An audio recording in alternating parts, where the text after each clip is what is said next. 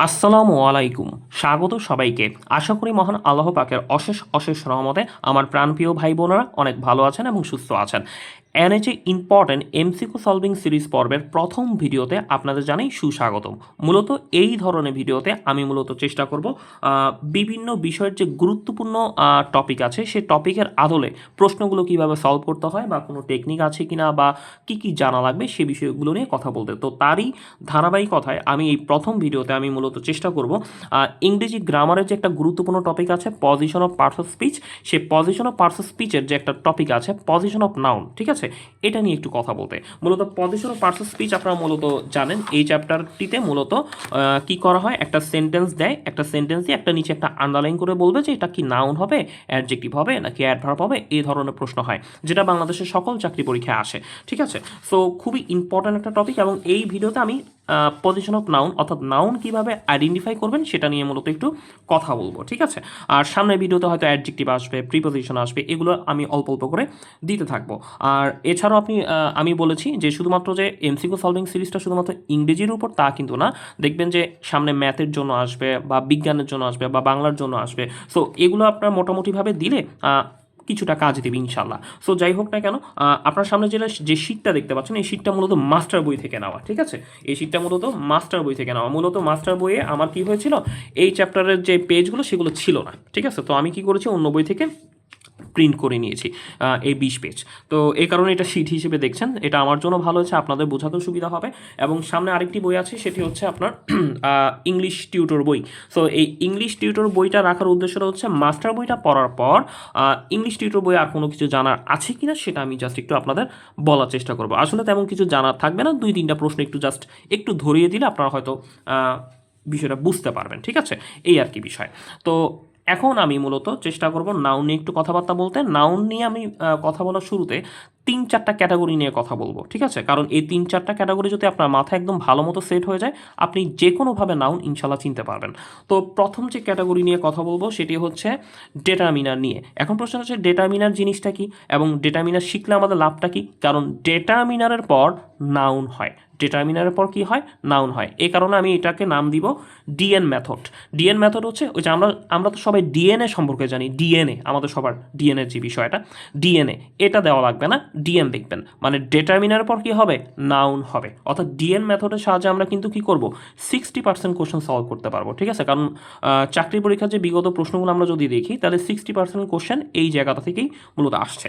So আমরা কি করব, আগে প্রথম ক্যাটাগরিতে ডিএন মেথড সম্পর্কে শিখবো, তারপর সেকেন্ড থার্ড ক্যাটাগরিগুলো শিখবো, ঠিক আছে। সো শিখতে হবে আমাদের মোটামুটিভাবে নিয়ম শিখতে হবে। এখন যদি শর্ট টেকনিক শিখি, ইট বা দিস রিপ্লেস করে দিলেই শেষ, এটা আসলে কি হয়, মানে এটাও শিখবেন, তবে নিয়ম জানাটা ভালো, তাহলে যে কোনো কোশ্চেন আপনার ধরা ইজি হবে, ঠিক আছে।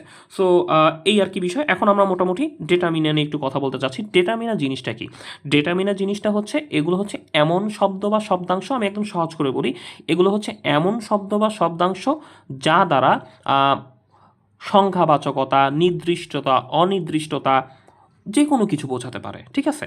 এখন আমি তার মানে বললাম কি, ডেটারমিনার হচ্ছে এমন শব্দ বা শব্দাংশ যেগুলো দিয়ে সংখ্যাবাচকতা, নির্দিষ্টতা, অনির্দিষ্টতা অনেক কিছু বোঝাতে পারে। তো সেটার নমুনা কেমন হতে পারে, সেটা নমুনা আপনার সামনে একটা ছোট্ট কাগজের মধ্যে দেখতে পাচ্ছেন। তো এখানে আমি একটু বোঝানোর চেষ্টা করি ডেটারমিনার হিসেবে আপনি কাকে কাকে অভিহিত করতে পারেন। প্রথম কথা হচ্ছে আর্টিকেল। আর্টিকেল হিসেবে যে এ এন দিয়ে আছে এগুলো কিন্তু বেসিক্যালি ডেটারমিনার হিসেবে কি হয়, ব্যবহৃত হয়, ঠিক আছে। এটা মোটামুটি ছোটোবেলা থেকে জানি যে আর্টিকেল হিসেবে এ এন দি ইউজ হয়, অর্থাৎ আর্টিকেলের পর কি হবে, নাউন হবে। কারণ আর্টিকেল হচ্ছে ডেটারমিনার, ডেটারমিনারের পর কি হবে, নাউন হবে, ঠিক আছে। সো এটা আসলে বলছি। তারপর হচ্ছে পজিটিভ। পজিটিভ ব্যাপারটা কি, পজিটিভ ব্যাপারটা হচ্ছে অধিকারবাচক শব্দ, অর্থাৎ নিজের অধিকারে থাকে এমন কিছু বোঝায়। যেমন হচ্ছে মাই পেন মানে আমার কলম, এখানে মাই হচ্ছে পজিটিভ, ঠিক আছে। ইউর বুক, ইউর বুক মানে কি, তোমার বই। তো এখন ব্যাপারটা হচ্ছে ইউরটা কি হবে, পজিটিভ, অর্থাৎ এই পজিটিভের পরেও কিন্তু কি হবে, নাউন হবে, ঠিক আছে। তো পজিটিভ কি কি, এই যে মাই, ইউর, হিজ, হার, আউন, হ্যাঁ। সো এগুলো দিয়ে কিন্তু অধিকারবাচক শব্দ বোঝায়, ঠিক আছে। আমি একদম সহজ করে বলছি। তো এরপর নিউমেরালস। নিউমেরালস হচ্ছে সংখ্যাবাচকতা, ঠিক আছে। যেমন 1 2 3 4 ফার্স্ট সেকেন্ড থার্ড, এগুলোর পরেও কি হয়, নাউন হয়। ডেমনস্ট্রেটিভ, এটা হচ্ছে ডেমনস্ট্রেটিভ হচ্ছে নির্দিষ্ট করে বোঝায় এমন কিছু। যেমন হচ্ছে দিস পেন মানে কি, এই যে কলম, এইটা কলম, এই কলম, দ্যাট হাউস মানে ওই যে বাড়ি, মানে ব্যাপারটা হচ্ছে দিস দ্যাট দিয়ে কিন্তু ডেমনস্ট্রেটিভ, মানে নির্দিষ্ট করে বুঝাচ্ছি আমি, হ্যাঁ। যেমন হচ্ছে দিস পেন, হ্যাঁ, দিসটা হচ্ছে কি ডেমনস্ট্রেটিভ। আচ্ছা, ইনডিফিনিট কি অনির্দিষ্ট করে বোঝায়, ডেমনস্ট্রেটিভ হচ্ছে নির্দিষ্ট করে বোঝায়, ইনডিফিনিট হচ্ছে অনির্দিষ্ট করে বোঝায়। অনির্দিষ্ট করে কোনটা বোঝায়, যেমন অ্যানাদার, সামওয়ান বলতে এখন আমি তো জানি না যে কে আসছে, সামওয়ান আসছে, এভরিবডি, নো বডি, এগুলো কিন্তু ইনডিফিনিট। সো এই ইনডিফিনিটের পরেও কিন্তু কি হবে, নাউন হবে, কারণ ইনডিফিনিট হচ্ছে ডেটামিনারের কাতারে পড়ে, তাই না। কোয়ান্টিফায়ার্স হচ্ছে সংখ্যাবাচকতা জিনিসটা কি, যেমন হচ্ছে many, few, any, much, no. যেমন আই হ্যাভ নো রিলেটিভ মানে কি, আমার কোনো রিলেটিভ নেই, মানে কোনো আত্মীয় স্বজন নাই। তো এটা সংখ্যাবাচকতা বোঝালাম যে আমার আত্মীয় স্বজন নেই। সো এই যে ব্যাপারটা কোয়ান্টিফায়ার্স হচ্ছে সংখ্যাবাচকতা, ঠিক আছে। ডিস্ট্রিবিউটিভ মানে ইন্ডিভিজুয়ালি বোঝায়, যেমন ইচ, এভরি, ইদার, হ্যাঁ, এগুলো কিন্তু ডিস্ট্রিবিউটিভ। সো এই ডিস্ট্রিবিউটিভের পরেও আপনার কি হবে, নাউন হবে, কারণ প্রত্যেকটা ক্লাসিফিকেশন হচ্ছে ডেটামিনারের আওতায় পড়ে, এবং ডেটামিনারের পর কি হবে আপনার নাউন হবে, ঠিক আছে। এই জিনিসটা জাস্ট আমাদের একটু মাথায় রাখতে হবে, ঠিক আছে। ওকে, সো এই জিনিসগুলো যদি এখন মাথায় থাকে, আমরা কি করতে পারবো, প্রশ্ন সলভ করতে পারবো ইনশাল্লাহ, ঠিক আছে। সো ডেটামিনারটা একবার দেখে নেন ভালো মতো, আশা করি বুঝতে পারবেন। ওকে, এখন আমরা একটু প্রশ্ন সলভ করে দেখাই। এই যে দেখেন, বিষয় হচ্ছে যেমন this is the go of the world. এখন প্রশ্ন হচ্ছে গোটা কি, এই যে গোটা আসলে কোন পার্টস অফ স্পিচ।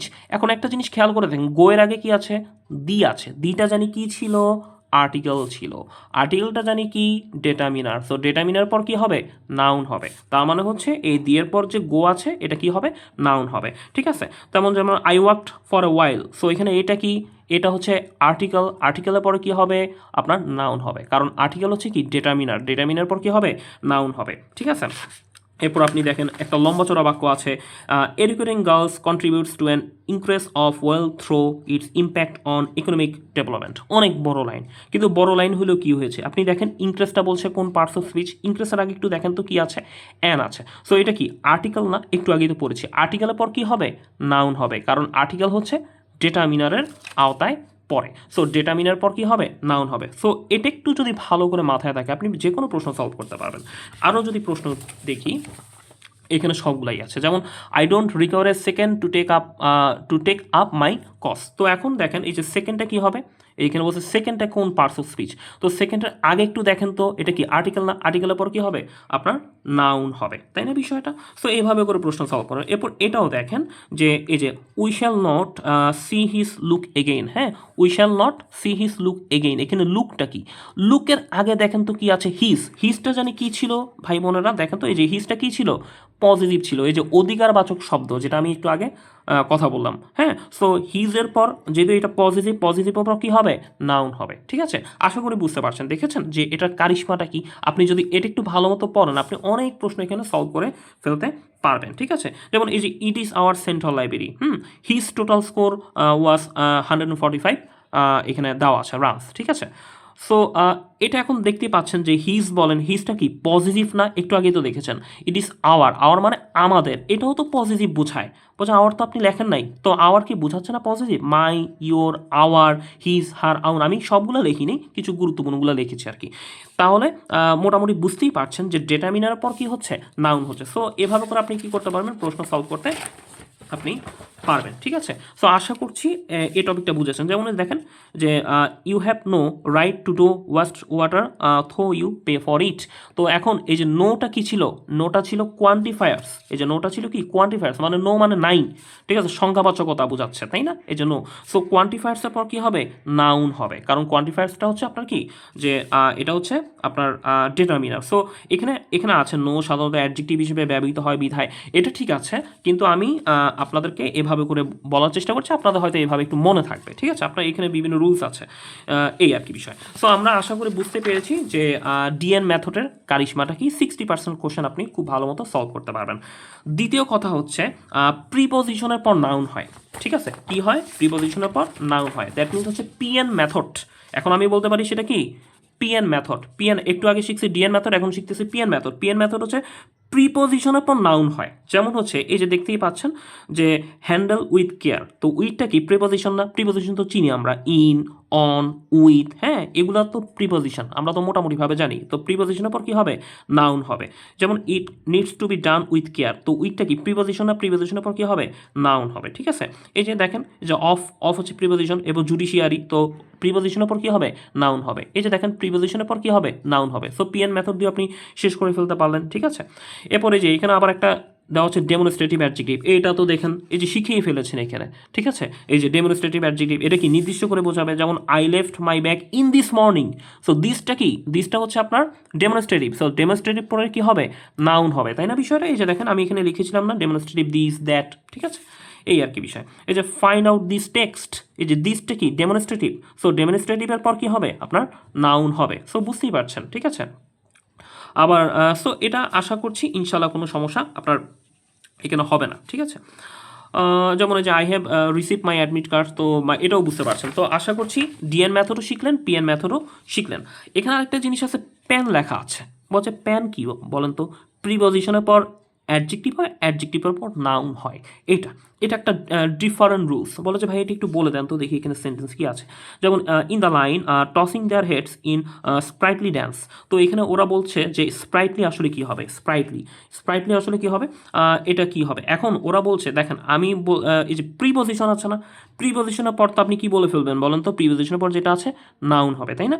বাট প্রিপজিশনের পর যদি এরকম দুইটা ওয়ার্ড থাকে, প্রিপজিশনের পর যদি এরকম দুইটা ওয়ার্ড থাকে, তাহলে প্রিপজিশনের পর প্রথমত অ্যাডজেক্টিভ হয়, তারপর নাউন হয়। এই কারণে আমি এটা প্যান লিখেছি, প্রিপজিশনের পর অ্যাডজেক্টিভ, অ্যাডজেক্টিভের পর নাউন। এটা একটু আলাদা করে মনে রাখবেন, একটু ডিফারেন্ট আছে না? যারা কেমিস্ট্রি পড়েন তারা তো জানেন যে ব্যতিক্রম বলে একটা কথা আছে, তাই না? প্রিপজিশনের পর আপনি যদি এটাই দেখে দাগায় ফেলেন প্রিপজিশনের পর, এই তো প্রিপজিশন নাউন, তারপরে তো হয়ে গেল। কিন্তু আসলে বিষয়টা না, প্রিপজিশনের পর কয়টা ওয়ার্ড আছে? দুইটা ওয়ার্ড আছে। যদি প্রিপজিশনের পর এরকম দুইটা ওয়ার্ড থাকে, তাহলে কিন্তু ফার্স্ট ওয়ার্ডটা অ্যাডজেক্টিভ, সেকেন্ড ওয়ার্ডটা নাউন। এটা একটু ভালো করে মনে রাখবেন। ঠিক আছে, তাহলে কিন্তু হয়ে যাচ্ছে। এখানেও ঠিক দেখেন এই যে প্রিপজিশন, এখন বলতে পারেন যে ভাইয়া এই যে প্রিপজিশনের পর একটা ওয়ার্ড আছে নাউন, এটা তো বুঝছি, বাট এখানে তো প্রিপজিশনের পর কয়েকটা ওয়ার্ড দেখতেছি। ভাইয়া এই যে প্রিপজিশনের পর একটা, দুইটা, তিনটা, চারটা, পাঁচটা, এভাবে গুনতে থাকলে তো হবে না। কারণ একটা জিনিস দেখেন, প্রিপজিশনের পর এটা নাউন, এটা ঠিক আছে। কারণ ইজ দিয়ে এটা চিন্তা করতে পারেন যে এটা একটা সাবজেক্ট। এই জায়গাটা মনে করেন যে সাপোজ সাবজেক্ট ধরেন, ইজটা দ্বারা মনে করেন ভার্ব, আর এটা মনে করেন অবজেক্ট। সো এটার ক্রাইটেরিয়া একটু অন্যরকম, এটার মতো না। ঠিক আছে, এটার মতো না যে প্রিপজিশনের পর দুইটা ওয়ার্ড আছে সুন্দর মতো। হ্যাঁ, সো এভাবে করে আপনি মনে রাখলেন। ঠিক আছে, সো প্রিপজিশনের পর যদি এরকম দুইটা ওয়ার্ড থাকে, তাহলে একটা হবে অ্যাডজেক্টিভ, তারপরটা হচ্ছে নাউন। এমনিতে প্রিপজিশনের পর কি হয়? নাউন হয়। আরেকটা জিনিস শিখতে হবে, সেটা হচ্ছে আরেকটা ক্যাটাগরি, সেটা হচ্ছে ট্রানজিটিভ ভার্বের পর কি হবে বলেন তো? নাউন হবে। এই যে এখানে একটা নিয়ম যে ট্রানজিটিভ ভার্বের পর কি হবে? নাউন হবে। এখন প্রশ্ন হচ্ছে ভাইয়া ট্রানজিটিভ ভার্ব তো চিনি না, ট্রানজিটিভ আর ইনট্রানজিটিভ ভার্বটা কি? ট্রানজিটিভ আর ইনট্রানজিটিভ ভার্বটা কি? আমরা যদি একটু লিখি কালেক্ট, ঠিক আছে, কালেক্ট, আরেকটা লিখলাম গো, দুইটাই কিন্তু ভার্ব। এখন একটা জিনিস দেখেন, যেই ভার্বের পর ইট বসিয়ে আপনি কিছুটা মিনিং দাঁড় করাতে পারবেন, সেটি হবে ট্রানজিটিভ। আর যে ভার্বের পর ইট বসিয়ে মিনিংটা দাঁড় করাতে পারবেন না, সেটা হচ্ছে ইনট্রানজিটিভ। তো এখন আপনি যদি দেখেন যে কালেক্ট, কালেক্টের পর যদি আমি ইট লিখি, কালেক্টের পর যদি ইট লিখি, কালেক্ট ইট, সংগ্রহ করো, হয় কিন্তু একটা মিনিং হচ্ছে না। তার মানে হচ্ছে কালেক্ট হচ্ছে আপনার ট্রানজিটিভ ভার্ব। তো এই ধরনের ট্রানজিটিভ ভার্বের পর কি হবে? নাউন হবে। গোটা কি ট্রানজিটিভ ভার্ব হবে? আচ্ছা দেখেন তো, গো এর পর আমি যদি ইট লিখি, গো ইট, গো ইট হয় কি? এটিতে যাও, হয়তো না। তার মানে হচ্ছে এটা কিন্তু অর্থপূর্ণ বা মিনিংফুল কিছু হচ্ছে না। তার মানে এটা হচ্ছে আপনার ইনট্রানজিটিভ ভার্ব। ঠিক আছে, সো মিনিংফুল হলে সেটা ট্রানজিটিভ, আর মিনিংফুল না হলে ইনট্রানজিটিভ। অর্থাৎ একটা ভার্ব ট্রানজিটিভ নাকি ইনট্রানজিটিভ, সেটা বোঝার উপায় হচ্ছে আপনি সেই ভার্বের পরে ইট লেখেন, সে ভার্বের পর ইট লেখেন, ইট লেখে যদি মিনিংফুল হয়, তাহলে আপনি ধরে নেবেন সেটা হচ্ছে কি আপনার ট্রানজিটিভ। যেমন হচ্ছে স্টাডি, স্টাডি যদি লেখেন, এটা কি ট্রানজিটিভ নাকি? স্টাডি ইট, এটি পড়ো, হয়তো, হ্যাঁ এটি পড়ো তুমি। সো তো স্টাডিটা হচ্ছে আপনার ট্রানজিটিভ। সো এভাবে করে আপনি বুঝতে পারবেন যে ট্রানজিটিভ কোনটা, ইনট্রানজিটিভ কোনটা। সো ট্রানজিটিভ ভার্ব যেগুলো, সেগুলো পরে আপনার নাউন হবে। সো এই যে ট্রানজিটিভ ভার্ব, যেমন হচ্ছে আমরা একটু যদি দেখি, I am in the process of collecting material for my story. তো এখানে ম্যাটেরিয়াল কি হবে? ম্যাটেরিয়ালটার আগে একটু দেখেন তো, কালেক্টিং। তো কালেক্টিং কিন্তু দেখেন, কালেক্টিংয়ের কালেক্ট চিন্তা করেন, কালেক্ট ইট হয় না বিষয়টা? কালেক্ট ইট, এটা কি ট্রানজিটিভ ভার্ব না? ট্রানজিটিভ ভার্বের পর কি হবে? নাউন হবে। ঠিক তেমনি দেখেন পেন্টার্স স্টাডি আর্ট, তো স্টাডিটা কি বলেন তো দেখি, স্টাডিটা কি বলেন তো, স্টাডিটা হচ্ছে আপনার ট্রান্সিটিভ, কারণ হচ্ছে স্টাডি ইট, একটু আগে দেখালাম স্টাডি ইট, এটা হয় ইট দ্বারা রিপ্লেস করা যায়। তো ইট দিয়ে যদি ইয়ে করা যায় তাহলে বুঝবেন যে এটা ট্রান্সিটিভ, আর ট্রান্সিটিভ ভার্বের পর যদি কোনো ইয়া থাকে সেটা কি হবে আপনার নাউন হবে। আর ইন্ট্রান্সিটিভ ভার্বের পর অন্য কিছু হলে সেটা অন্য সিস্টেম, যেটা আমি সামনের ভিডিওতে বলবো, বাট ট্রান্সিটিভ ভার্বের পর যদি হয় সেটা কি হবে নাউন হবে, ঠিক আছে। আর এমনিতে এটা তো আমরা জানি সাধারণত ভার্বের সাবজেক্ট হিসেবে কি বসে, নাউন বসে, অর্থাৎ এটা সবাই বলে, দেখবেন যে ওই যে ইট দ্বারা রিপ্লেস করলে যদি মিনিংফুল বাক্য হয় তাহলে সেটা কি হবে নাউন। যেমন হচ্ছে যে পেশেন্স ইজ এ ভার্চিউ, তো আমি যদি লিখতে পারি ইট ইজ এ ভার্চিউ, এই যে পেশেন্সের জায়গায় যদি ইট লিখি, ইট দ্বারা রিপ্লেস করি, তাও তো হচ্ছে। তো ইট দ্বারা যদি এরকম রিপ্লেস করা যায় তাহলে সেটা কি হবে আপনার নাউন হবে।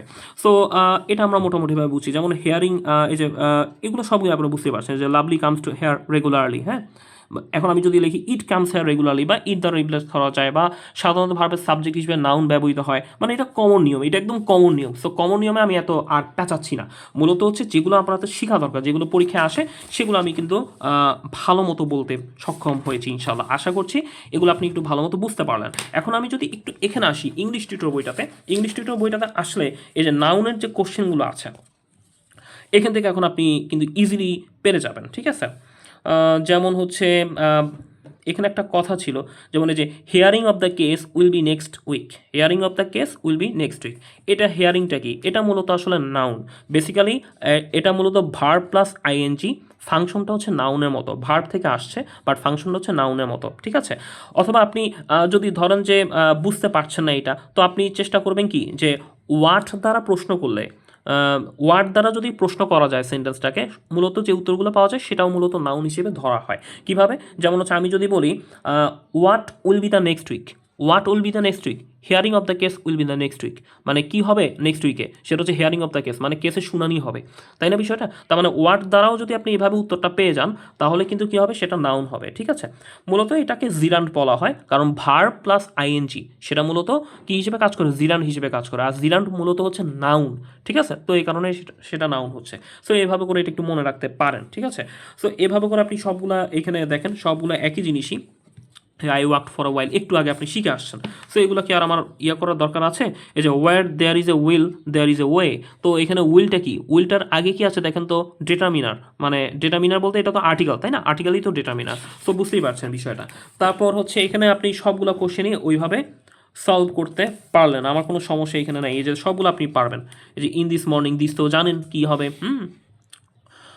সো এখানে আমার মতে আপনার সমস্যা হবে না, আপনি সলভ করে যদি সমস্যা পান, যেমন এই যে people from all works of life love him, তো এই যে এখানে ব্যাপারটা হচ্ছে ওয়ার্কসটা কী হবে, অলটা কি বলেন তো দেখি, অলটা হচ্ছে মূলত ওই যে এটাকে আমরা কি বলতে পারি, ওই যে ডেটামিনার যে আমি আপনাদের শিখিয়েছি, দেখেন তো কোয়ান্টিফায়ার্স বলা যাবে না, কোয়ান্টিফায়ার্সে তো একটা সংখ্যাবাচকতা বোঝায়, অল মানে সব, তাই না, সংখ্যাবাচকতা বোঝায় অল ওয়ার্কস, তাহলে ওয়ার্কসটা কী হবে এখানে বলেন তো দেখি, নাউন হবে, কারণ অলটা দিয়ে আপনি কোয়ান্টিফায়ার্স বুঝতে পারেন। মূলত এখানে এগুলোর আরও অনেক উদাহরণ আছে, আমি ইম্পর্টেন্টগুলো এখানে লিখেছি। সো এগুলোকে কেউ যদি ভালো মতো ধারণ করতে পারে তো এই জিনিসগুলো বুঝতে পারেন, ঠিক আছে, এই আর কি বিষয়। সো এটা সমস্যা হওয়ার কথা না, ঠিক আছে। যেমন এই যে the doctors took the round in the hospital, তো রাউন্ডটা কি, রাউন্ডের আগে কি আছে বলেন তো, দি মানে আর্টিকেল, আর্টিকেল পর কি হবে, নাউন হবে, ঠিক আছে। সো এভাবে করে আপনি কিন্তু বুঝতে পারবেন। আচ্ছা, সো এরপর দেন এখানে কি আর কিছু বলার আছে, এখানে হচ্ছে তেমন হচ্ছে আর বলার নেই।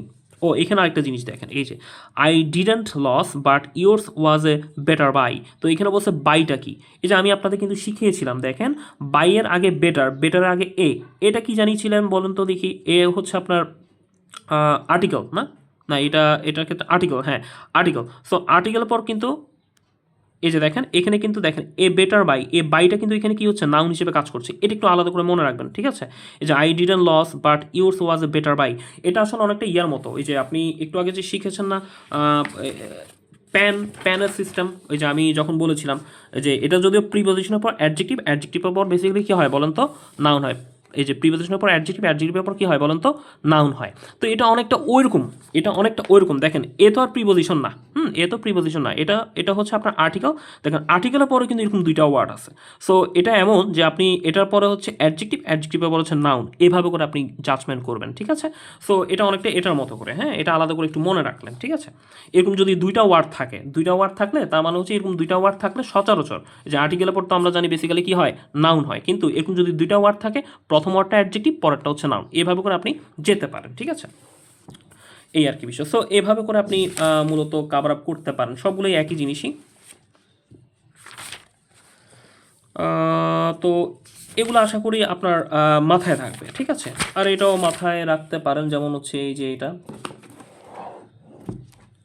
এই যে শ্যাটার্ড, এই যে her success was shattered by her letter commentary. তো এখানে এই যে বেসে কমেন্টারি যে বিষয়টা, সেটা হচ্ছে কিন্তু নাউন, হ্যাঁ, এটাও কিন্তু নাউন। এই যে দেখেন হারটা কি বলেন তো দেখি, হারটা হচ্ছে আপনার ওই যে ডেটামিনার শিখেছেন, হিজ, হার, হ্যাঁ, পজিটিভ হিসেবে শিখেছেন, এই যে দেখেন পজিটিভ হিসেবে শিখেছেন, এই যে পজিটিভ হিসেবে শিখেছেন আছে না, হিজ, হার, এগুলো।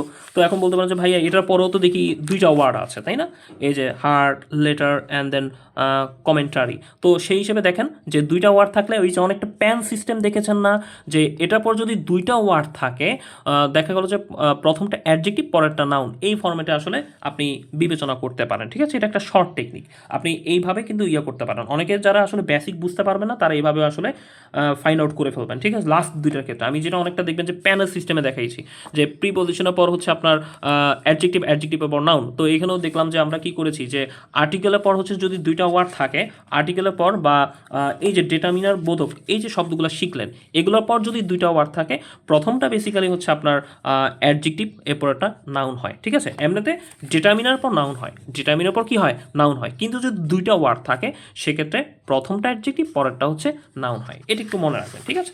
সো এইভাবে করে মনে রেখে আপনি হচ্ছে প্রশ্নগুলো কী করতে পারবেন, সলভ করতে পারবেন। যদি কোনো সমস্যা হয় সেটা আপনি কমেন্ট সেকশনে জানাতে পারেন, বা আমার জায়গা থেকে আমি চেষ্টা করেছি নাউনটাকে একটু এভাবে বুঝিয়ে দিতে। অনেকে হচ্ছে ইট বা দিস দ্বারা রিপ্লেস করে নাউন পাওয়া যায় এভাবে, বাট আমার মতে এই নিয়মগুলো মনে রাখা খুব কঠিন কিছু না। সো আশা করছি আপনারা খুব ভালো মতো নাউন টপিকটা শেষ করতে পারবেন। তবে সামনে আমি কিছু আরও হয়তো হার্ড কোশ্চেন নিয়ে সামনে হাজির হতে পারি সামনে, এটা পরে। আগে প্রথমত এই বেস সেন্সটা ক্লিয়ার করে ফেলেন, ঠিক আছে। বেসিক সেন্সটা ক্লিয়ার থাকলে যে কোনো কঠিন প্রশ্ন আসলে পারবেন, প্যাচ গোছ বুঝতে পারবেন, ঠিক আছে। সো যাই হোক, মহান আল্লাহ পাক সকলের মনে আশা পূরণ করুক, এই কামনা করি। এবং আমার এই আলোচনায় যদি যদি কোনো ভুলভ্রান্তি থেকে থাকে, সেটা ক্ষমা সুন্দর দৃষ্টিতে দেখবেন। ইনশাল্লাহ আমরা এভাবে যেই প্রত্যেকটা টপিকে গুরুত্বপূর্ণ ভিডিওগুলো আলোচনার মাধ্যমে চেষ্টা করব কিছু আপনাদের শিখিয়ে দেওয়ার জন্য, সেটাই কাজে দিবে, হ্যাঁ। তো মহান আল্লাহ পাক সকলে মনে আশা পূরণ করুক, এই কামনা করি। আসসালামু আলাইকুম।